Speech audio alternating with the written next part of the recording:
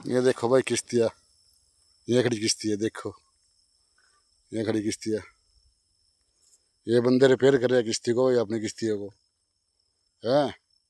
अब इसमें 15 अगस्त को ये पानी भर जाएगा यहाँ, और पानी भरने के बाद भाई फिर यहाँ मच्छी निकाल लेंगे यहाँ से। 8 महीने के लिए मच्छी निकलेगी, 8 महीने लगातार भाई इन किश्तियों से मच्छी काट देंगे भाई। ये देख लो, ये रही किश्ती है। ये देखो भाई किश्तियाँ, ये खड़ी किश्ती है, देखो ये खड़ी किश्ती है। ये बंदे रिपेयर कर रहे हैं किश्ती को, ये अपनी किश्तियों को है। अब इसमें 15 अगस्त को ये पानी भर जाएगा यहाँ, और पानी भरने के बाद भाई फिर यहाँ मच्छी निकाल लेंगे यहाँ से। 8 महीने के लिए मच्छी निकलेगी, 8 महीने लगातार भाई इन किश्तियों से मच्छी काट देंगे भाई। ये देख लो, ये रही किश्ती है।